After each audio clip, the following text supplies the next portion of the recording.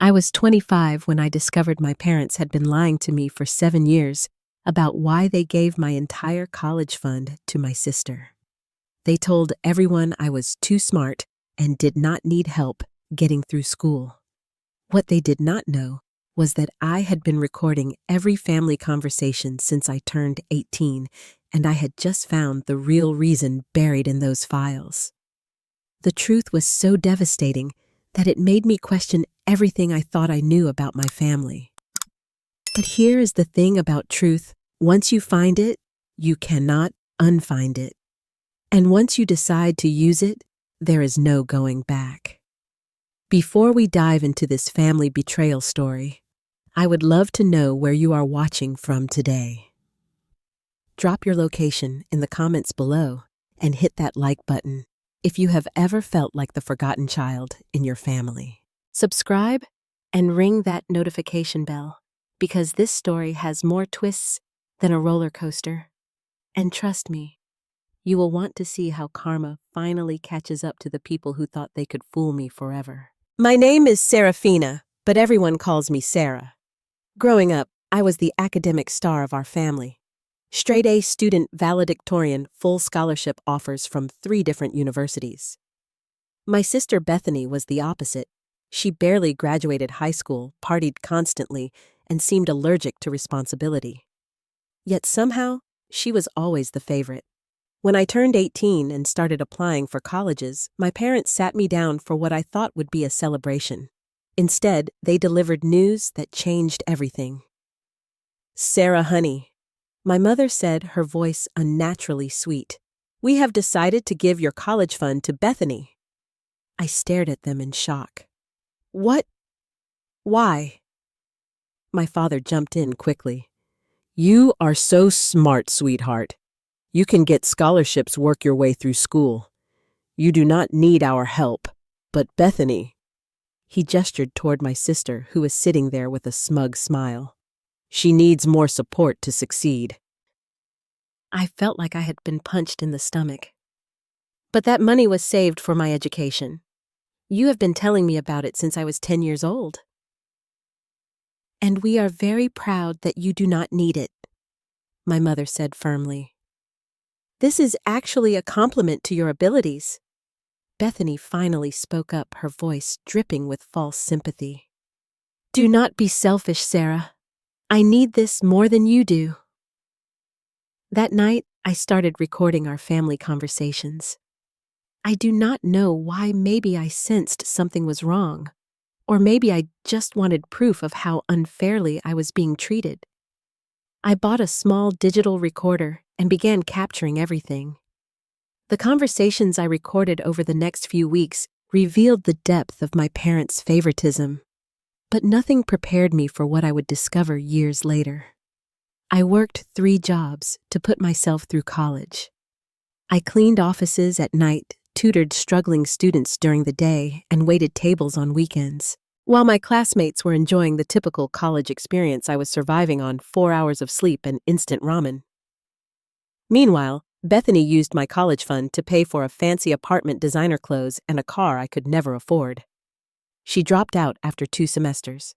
My parents' response: "College is not for everyone. Bethany will find her own path." I graduated summa cum laude with a degree in finance and landed a job at a prestigious accounting firm. My success should have proven that their investment in Bethany was a mistake, but instead, they doubled down on their favoritism. When Bethany got pregnant at 22, with a guy who disappeared the moment he heard the news, my parents stepped in again. They bought her a house, paid for daycare, and covered all her expenses while she figured things out. When I asked if they could help me with a down payment on a small apartment, my father said, "You are doing fine on your own, Sarah. You do not need handouts." The pattern continued for years. Bethany received financial support for every poor decision she made, while I was expected to handle all of life's challenges independently. Family dinners became exercises in enduring praise for Bethany's brave single motherhood, while my professional achievements were glossed over in favor of discussing her latest drama. I moved across the country for a better job opportunity, partly to escape the toxic dynamic. The distance helped, but the resentment festered. During video calls, I would watch my parents dote on Bethany's son while barely acknowledging my accomplishments. Then last month, I received a call that my grandmother had passed away. I flew home for the funeral, staying in a hotel, rather than subjecting myself to my parents' house. The whole family gathered, including aunts, uncles, and cousins I had not seen in years. That evening, I was in my old bedroom going through some items I had left behind when I found my collection of recorded conversations from college. On a whim, I decided to listen to them, partly nostalgia, partly masochism. Most were exactly as I remembered my parents explaining why Bethany deserved more support, why I was strong enough to succeed alone, why their decision was fair. But then, I found a recording from 3 weeks after they had given away my college fund. It was my parents talking in the kitchen, thinking I was at work. "I still feel guilty about lying to Sarah," my mother's voice said. My blood turned to ice. "We had to," my father replied. "How could we tell her the truth, that we spent her college fund years ago and only kept enough for Bethany? But making her think it was because she did not need it. It was easier than admitting we gambled away her money at the casino. Besides, she is smart enough to figure out college on her own. Bethany is not." I replayed that section 5 times, making sure I had heard correctly. They had not chosen to give my college fund to Bethany because they thought I was more capable. They had stolen my money gambling and lied about it. But the recording continued, and it got worse. "Do you think she will ever find out?" my mother asked. "How could she? We destroyed all the bank statements from that account. As far as anyone knows, we made a parenting decision to support the child who needed it more." "What if someone at the casino talks? Who is going to tell her? Besides, even if she found out, what could she do about it now? The money is gone." They were laughing. They were actually laughing about stealing my future and lying to my face about it. I sat in that hotel room holding the recorder with shaking hands as 7 years of buried anger erupted into something much more dangerous, calculated fury. They had stolen from me, lied to the entire family about their motives, and allowed me to struggle through college while painting themselves as wise parents making tough love decisions. They had let me believe I was selfish for questioning their choice, when the truth was, they were criminals who had gambled away my education fund. But here is what they did not know about their smart daughter. I am very, very good at my job, and my job involves following financial trails and exposing fraud. It was time to audit my own family. I spent the next 2 days at the funeral playing the role of the dutiful daughter, while my mind raced with possibilities. Every hug from my parents felt like poison. Every sympathetic comment about my independence made me want to scream. But I smiled, nodded, and began planning. The morning after the funeral, instead of flying home, I told my family I was extending my stay to help sort through grandmother's belongings. In reality, I was launching a full-scale investigation into my parents' financial history. My first stop was the bank where my college fund had supposedly been kept. I had copies of the old account statements from when I was younger. My father used to show them to me proudly, watching the balance grow. Armed with my identification and some carefully worded requests about estate planning, I managed to get a complete transaction history. What I found was devastating and exactly what I expected. The account had been systematically drained over 2 years, starting when I was 16. The withdrawals were not large, a few hundred here, 1,000 there, but they were consistent. Every Friday night, money disappeared. Cross-referencing the dates with my recorded conversations, I realized these withdrawals coincided with my parents' date nights at the local casino. By the time I graduated high school, there was only $12,000 left in an account that should have contained nearly $50,000. That remaining money, it went to Bethany in one lump sum the day after my 18th birthday. But the evidence got even more damning when I discovered something else. My grandmother had been quietly depositing money into that account for years. Not only had my parents stolen my college fund, they had stolen gifts from my grandmother, intended specifically for my education. I photographed every statement, every transaction record, every piece of evidence. Then I visited the casino. This part required some creative storytelling. I told the manager I was conducting a routine audit for the accounting firm where I worked, investigating patterns of problem gambling in the community. It was not entirely false. My firm did conduct such audits, just not usually involving family members. The casino's records confirmed everything. My parents were regular Friday night visitors for nearly 3 years. Their losses totaled over $43,000, almost exactly the amount stolen from my college fund. Armed with this evidence, I made copies of everything and secured the documents in a safe deposit box. Then I began phase 2 of my investigation, discovering what other financial crimes my parents might have committed. I started with public records, property deeds, tax filings, business licenses, anything that might reveal additional financial irregularities. What I found shocked me even more than the college fund theft. My parents had taken out a second mortgage on their house 2 years ago, claiming they needed money for home improvements. Yet I could not see any evidence of renovations during my visits. The loan amount, $37,000. More casino money. They were financing their gambling addiction by systematically stealing from their children and lying to financial institutions. But the worst discovery was yet to come. I found records showing that my parents had been named as trustees of my grandmother's estate 6 months before she died. As trustees, they had access to her accounts and investment funds. Cross-referencing with the casino records, I discovered that grandmother's money had been funding their gambling for the last half year of her life. They had been stealing from a dying woman. I sat in my rental car outside the courthouse, staring at the evidence spread across my passenger seat, and felt something cold settle in my chest. This was not just favoritism or poor parenting choices. This was systematic financial fraud, spanning years, targeting the most vulnerable members of our family. My phone buzzed with a text from my mother. "Hope you are doing okay, sweetheart. Take your time with grandmother's things. Bethany is having a hard time with the loss." The audacity was breathtaking. They were still performing the role of caring parents while sitting on a mountain of lies and stolen money. That evening, I called my Uncle David, my grandmother's youngest son, and the only family member I had ever trusted. We met at a coffee shop downtown, and I laid out everything I had discovered.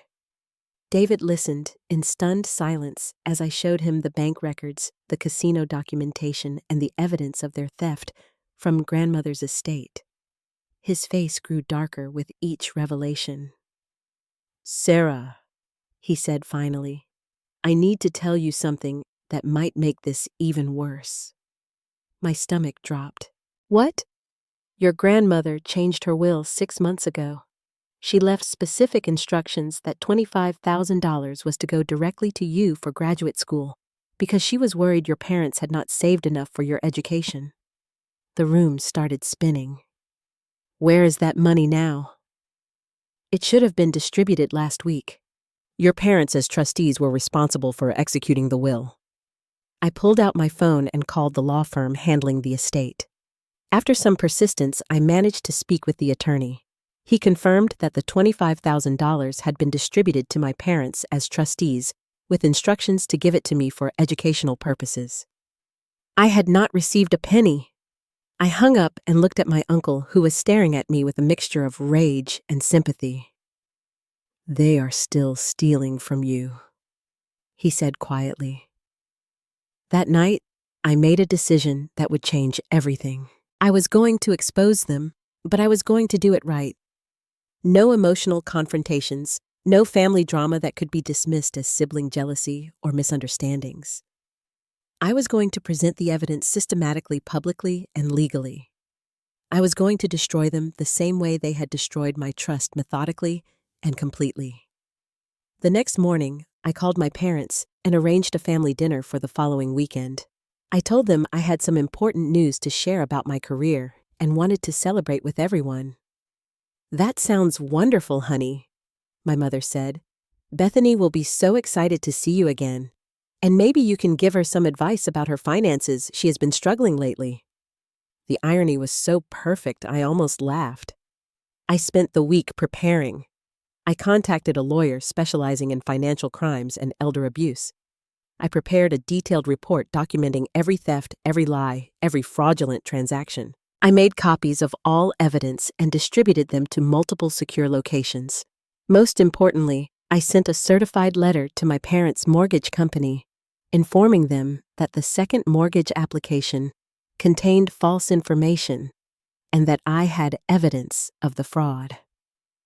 I also contacted the IRS since casino winnings and losses needed to be properly reported, something I doubted my parents had done correctly.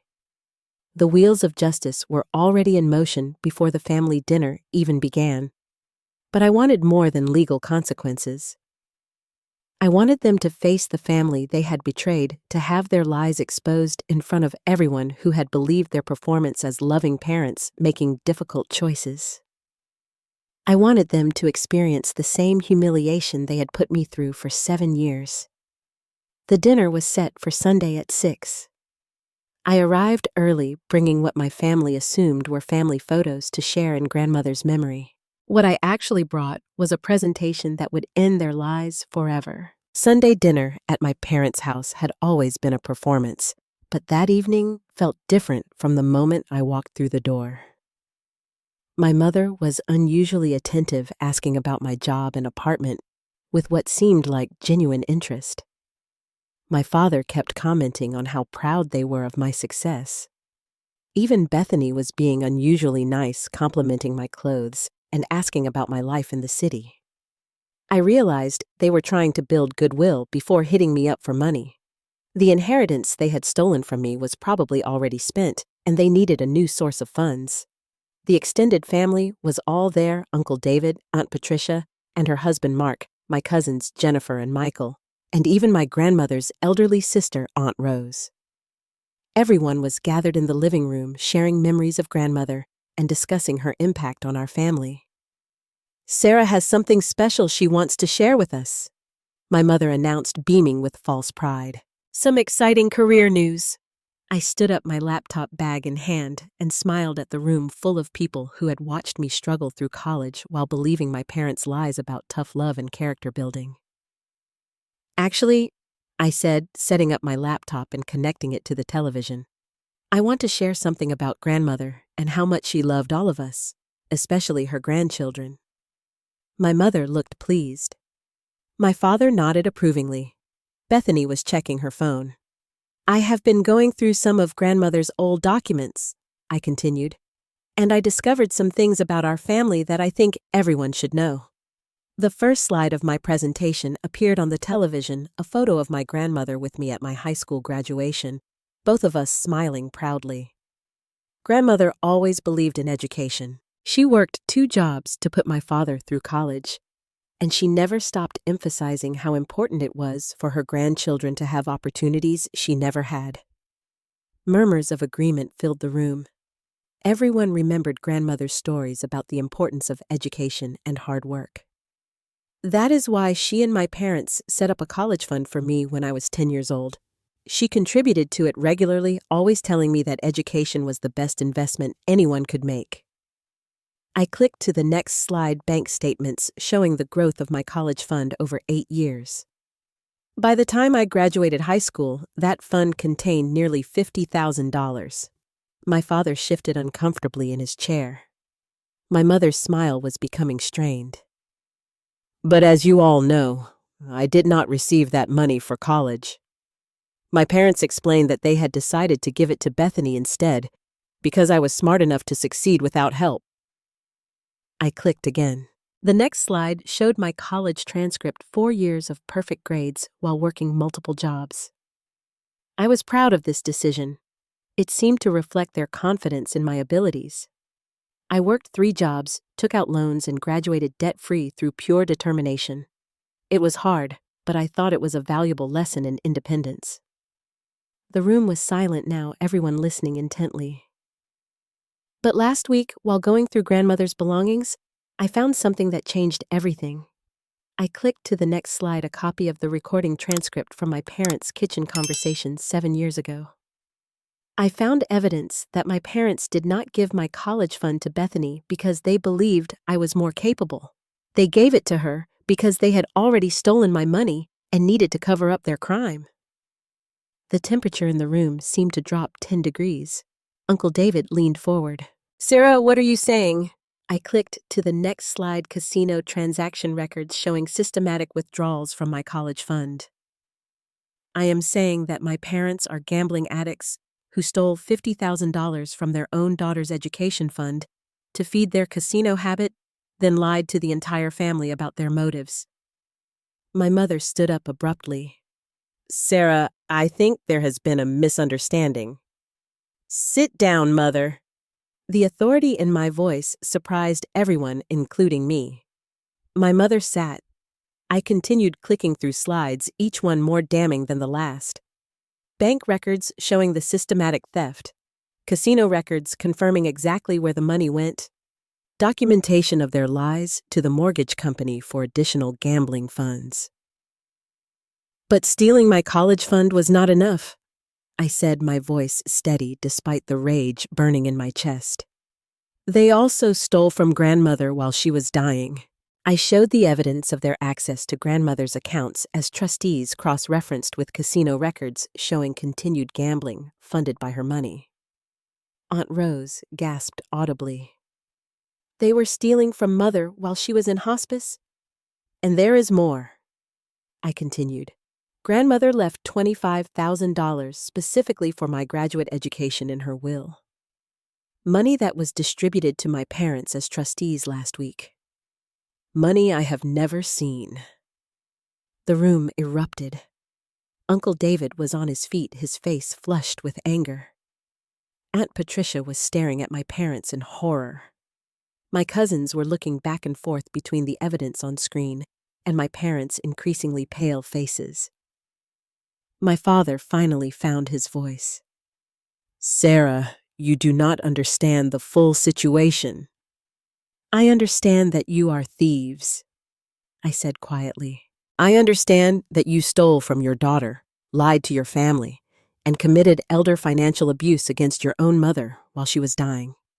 What I do not understand is how you thought you would get away with it forever." Bethany, who had been strangely silent, finally spoke up. "I did not know any of this. I thought you really did not need the money." I looked at her, really looked at her, and saw something I had not expected: genuine shock, and what might have been shame. "I believe you," I said. "You were 20 years old and being handed money by our parents. You had no reason to question their explanation." My mother was crying now, but they were not tears of remorse. They were tears of someone who had been caught. "We can explain everything," she said desperately. "We were going to pay it all back." "With what money?" Uncle David demanded. "You have a second mortgage, you have been stealing from family members, and according to these records, you have lost over $80,000 gambling in the last 3 years alone." I clicked to my final slide: contact information for the FBI, Financial Crimes Unit, the State Attorney General's Office, and the Elder Abuse Hotline. "I have reported all of this to the appropriate authorities," I announced. "The FBI will be investigating the interstate transfer of stolen funds. The State Attorney General is looking into the elder abuse charges. The IRS is auditing your tax returns for unreported gambling income, and your mortgage company is reviewing your loan application for fraud." The silence that followed was deafening. My father's face had gone completely white. "Sarah, we are your parents. You cannot destroy your own family over money." "You already destroyed our family," I replied. "I am just making sure everyone else knows the truth." I packed up my laptop and stood to leave. "Where are you going?" my mother asked desperately. "Home," I said. "To my chosen family of people who do not lie to me or steal from me." As I reached the door, Uncle David called out, Sarah, wait! I turned back. I am proud of you, he said. Your grandmother would be proud too. You have her strength and her sense of justice. I nodded, not trusting my voice to remain steady. And Sarah, this was Aunt Patricia. You will always have family with us, real family. As I drove away from that house for what I knew would be the last time I felt something I had not experienced in 7 years, peace. The truth was finally out, justice was in motion, and I had learned the most valuable lesson of all. Sometimes the family you choose is worth more than the family you are born into. My phone was already buzzing with messages of support from my extended family, but I did not check them yet. First, I had one more call to make. I dialed my lawyer and left a message. The evidence has been presented to the family. Proceed with all legal actions as planned, and thank you for believing me when I said they were criminals instead of parents. The next phase of justice was just beginning. The first sign that something was wrong came 3 days after the family dinner. I was at my hotel preparing to fly home when I received a call from the FBI agent handling my case. Ms. Whitmore, Agent Rodriguez said, "We have encountered some complications with your evidence." My heart sank. What kind of complications? Your Uncle David contacted our office yesterday. He claims there are significant inaccuracies in the financial documents you provided, and he is questioning the validity of your allegations against your parents. I felt the world tilt sideways. That is impossible. Uncle David was there when I presented the evidence. He saw everything. According to Mr. Whitmore, the family is concerned that grief over your grandmother's death may have affected your judgment. He suggests that you may have misinterpreted legitimate financial transactions as theft. The betrayal hit me like a physical blow. Uncle David, the one person I had trusted, had turned against me. Agent Rodriguez, I have documented proof of every transaction, the casino records alone. We are still reviewing everything, she interrupted. But family testimony carries significant weight in these cases. We need to be absolutely certain before proceeding. After she hung up, I sat in stunned silence. How had this happened? Uncle David had been furious at the family dinner. He had called my parents thieves. He had told me grandmother would be proud. My phone rang again. This time, it was Uncle David himself. Sarah, honey, we need to talk. I cannot believe you betrayed me to the FBI, I said, my voice shaking with rage. I did not betray you. I am trying to protect you from making a terrible mistake. Protecting me by helping criminals escape justice. His voice became gentle, almost patronizing. Sweetheart, I know you are hurt and angry, but think about what you are doing. These are your parents. Yes, they made mistakes, but destroying them will not bring grandmother back or fix the past. Mistakes, I was screaming now. They committed systematic fraud for years. The casino records you showed me are not as clear-cut as you think. Your father explained everything to me yesterday. They had some gambling problems, yes, but they were using their own money from a joint account that happened to hold your college fund. Legally, as your parents, they had every right to make financial decisions about those funds. I could not believe what I was hearing. You saw the evidence. You know they lied. What I saw was a grieving granddaughter trying to make sense of a complicated family situation. Sarah, your parents are willing to pay you back for the college expenses. They want to make this right. Pay me back with what money they are broke. They have agreed to take out a loan against the house, $25,000 plus interest, more than enough to cover what you spent on college.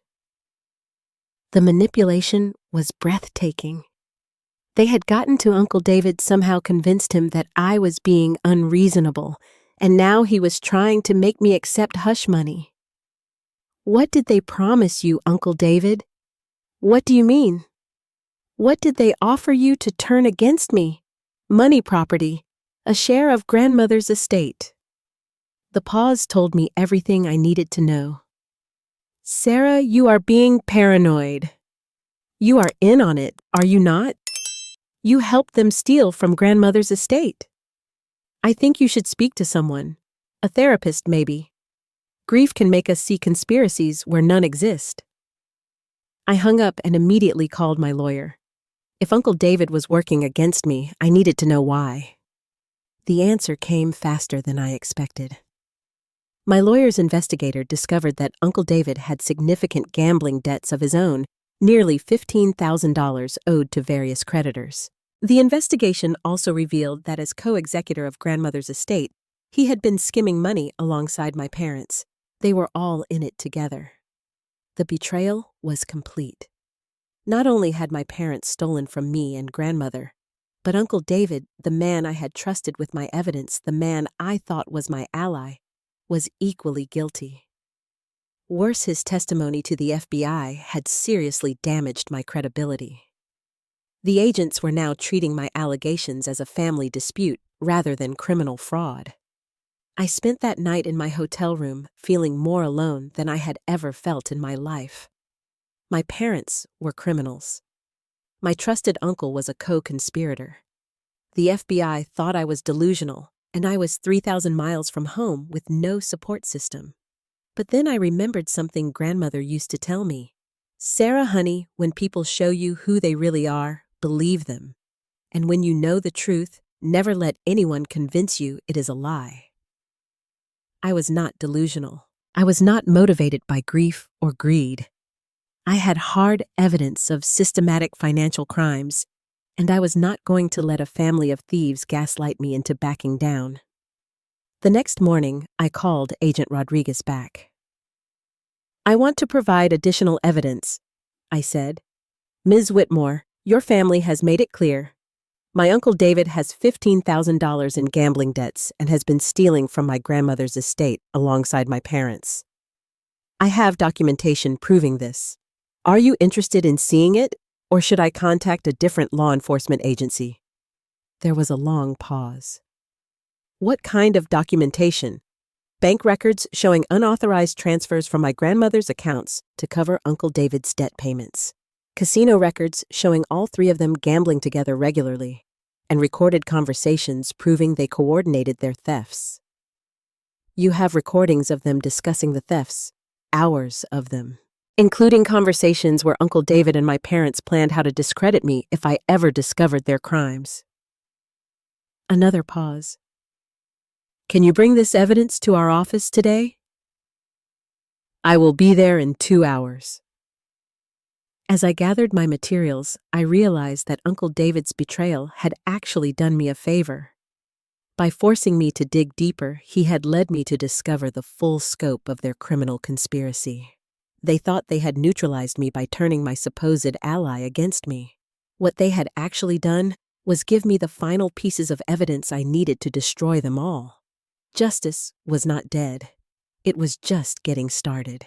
The FBI office was sterile and intimidating, but Agent Rodriguez was more receptive than I had expected. She listened carefully as I laid out the expanded scope of the fraud, taking notes and asking detailed questions about the timeline of events. These additional recordings, she said, studying the transcripts I had provided. How did you obtain them? I started recording family conversations when I was 18 after my parents gave away my college fund. I sensed something was wrong, but I could not prove it at the time. I kept recording during family gatherings over the years just in case. That was remarkably prescient of you. Or remarkably paranoid, I said with a bitter laugh. Turns out, both were justified. Agent Rodriguez reviewed the bank records showing Uncle David's involvement.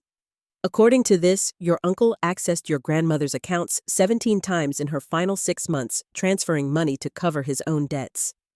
While she was dying in hospice care, I confirmed. And according to the recordings, he and my parents planned their coordinated response if anyone discovered the thefts. She played one of the audio files, and we both listened to Uncle David's voice discussing strategy with my parents.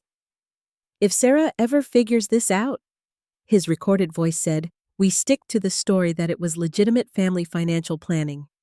I will back you up with the authorities say she is emotional and grief-stricken. Who are they going to believe, 3 adults with consistent stories or one angry daughter making accusations? And if that does not work?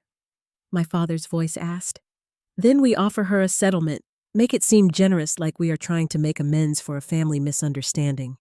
Most people will take money over justice. Agent Rodriguez stopped the recording and looked at me with new respect. Ms. Whitmore, this changes everything. You are not just reporting isolated financial crimes. You have uncovered a criminal conspiracy involving elder abuse fraud and witness intimidation. What happens now? Now we build a case that no defense attorney can dismiss as a family dispute. Over the next week, Agent Rodriguez worked with federal prosecutors to expand the investigation. They subpoenaed additional casino records, bank statements, and phone records.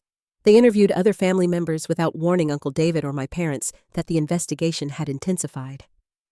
The breakthrough came from an unexpected source, Aunt Patricia. She contacted me directly asking to meet for coffee. I was hesitant, wondering if she was another family member preparing to betray me, but something in her voice sounded genuine. Sarah, she said when we met, I need to tell you something that might help your case. I waited prepared for anything.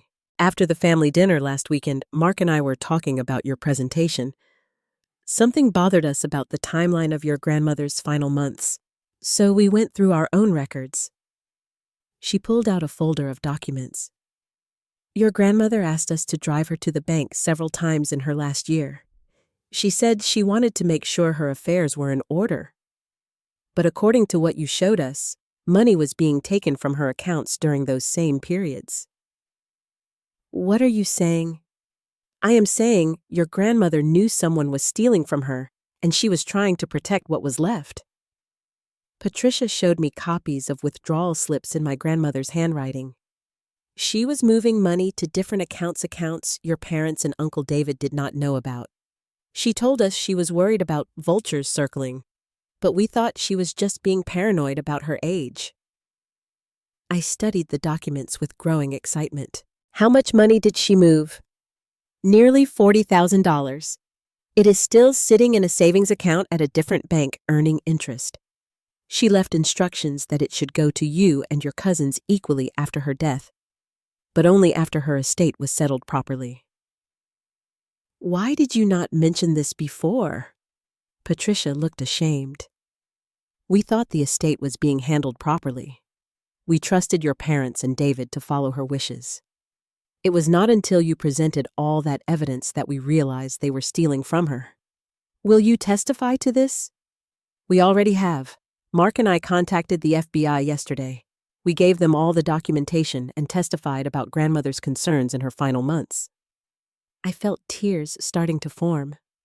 After days of feeling completely alone, I had found real allies, people who were willing to stand up for the truth regardless of family pressure. There is more, Patricia continued. Jennifer and Michael want to testify too. They remember conversations where your parents and David discussed your college fund in ways that never made sense. They are willing to go on record. And Bethany. Bethany is furious. When she found out the truth about where her money really came from, she contacted a lawyer about returning it to you. She wants to make this right. The scope of support was overwhelming. For years, I had believed I was the only one who questioned my parents' financial decisions. Now, I was discovering that multiple family members had noticed inconsistencies, but had not known how to address them. That evening, Agent Rodriguez called with more good news. The prosecutors are ready to move forward with formal charges, she said. The additional testimony from your family members combined with the financial evidence makes this an airtight case. What charges?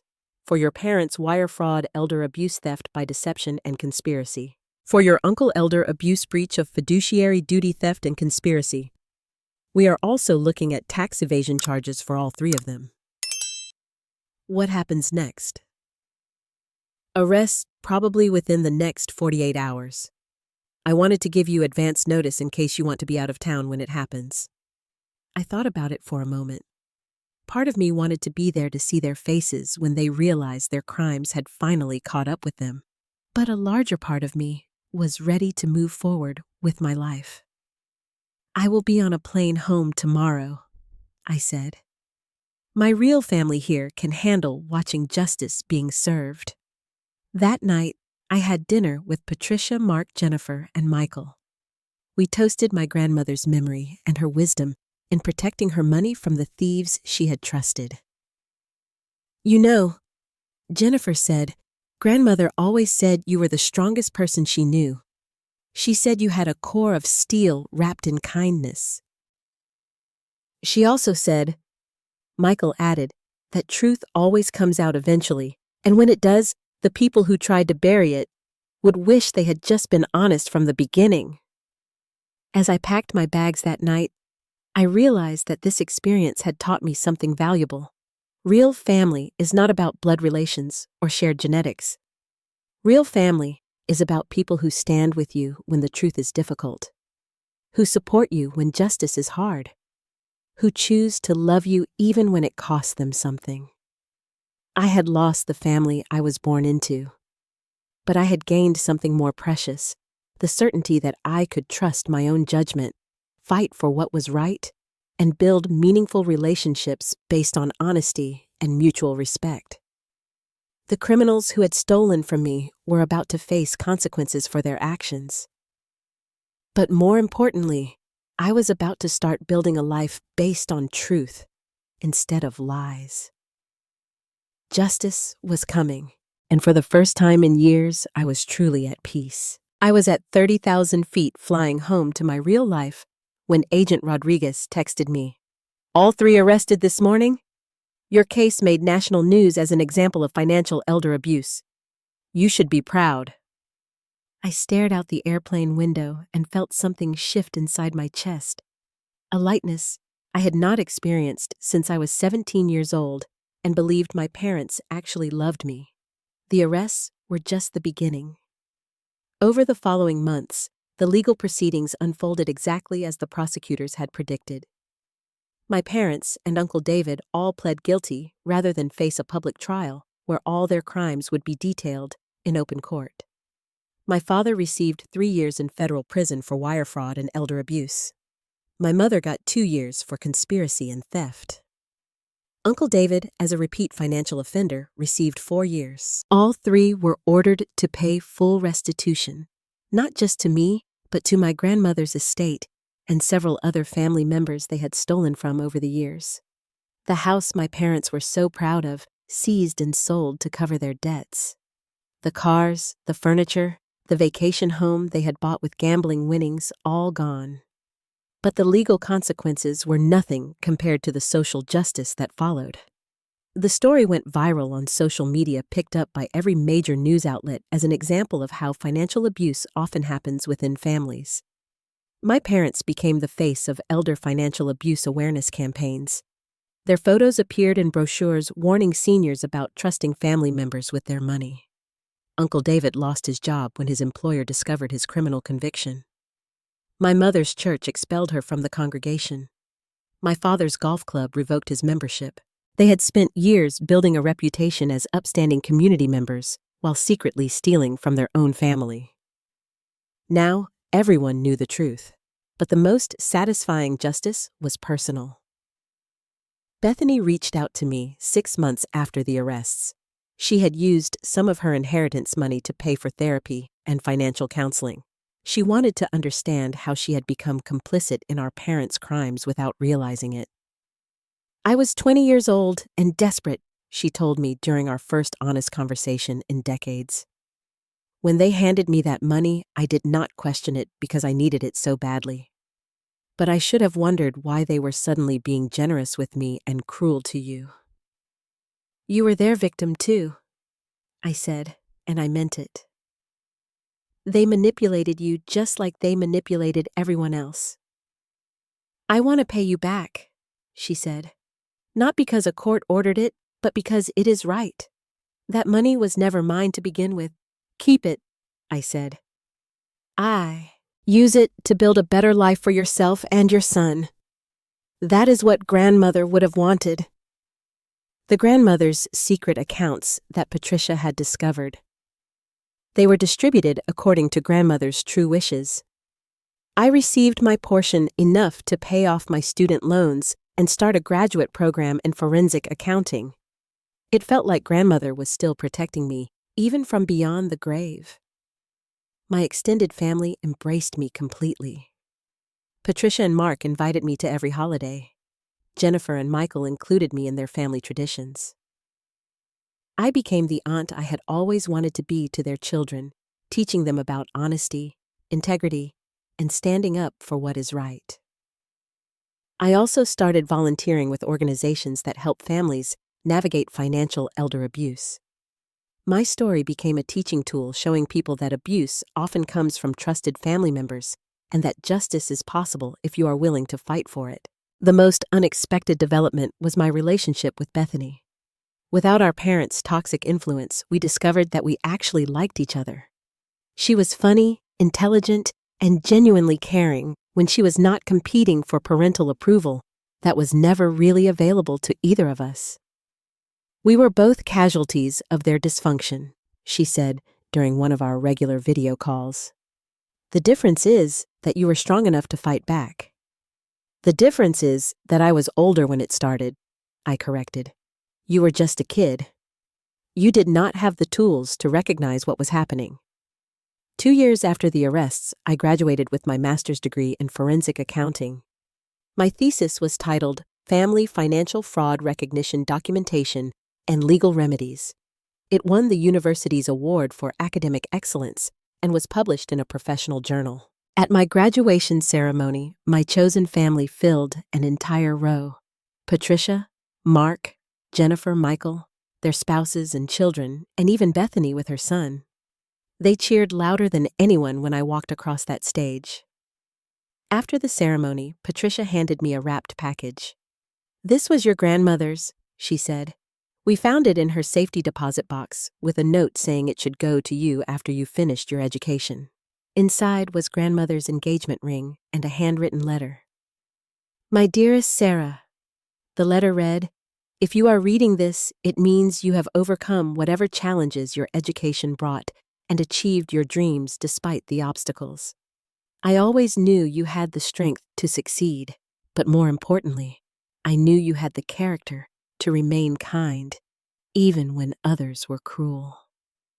This ring belongs to a woman who builds her own success and protects the people she loves. Wear it with pride, and remember that real wealth is measured in integrity, not dollars. All my love, grandmother." I slipped the ring onto my finger and felt the last piece of my healing click into place. That evening, as I celebrated with my chosen family at a restaurant where the staff treated us like honored guests instead of obligations, I realized that my parents had inadvertently given me the greatest gift possible. They had taught me to value honesty over comfort, justice over family loyalty, and authentic relationships over blood connections. They had tried to steal my future, but instead, they had given me the tools to build something better than they could ever have imagined. So let me ask you something, and I really want to hear your thoughts in the comments below. Have you ever discovered that someone you trusted completely was lying to you about something important? How did you handle it? Did you choose family loyalty or personal justice? Your stories might help someone else who is facing a similar choice. If this story resonated with you, please hit that like button and share it with someone who might need to hear that.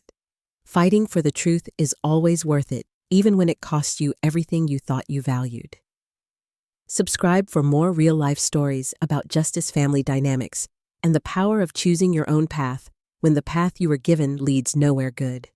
And remember, sometimes losing your family is actually finding yourself. Sometimes the people who claim to love you the most are the ones stealing from your future. Trust your instincts. Document everything. And never let anyone convince you that theft is love or that justice is revenge. Thank you for taking this journey with me, and I hope my experience helps you navigate whatever family challenges you might be facing. Until next time, choose truth over comfort and always bet on yourself.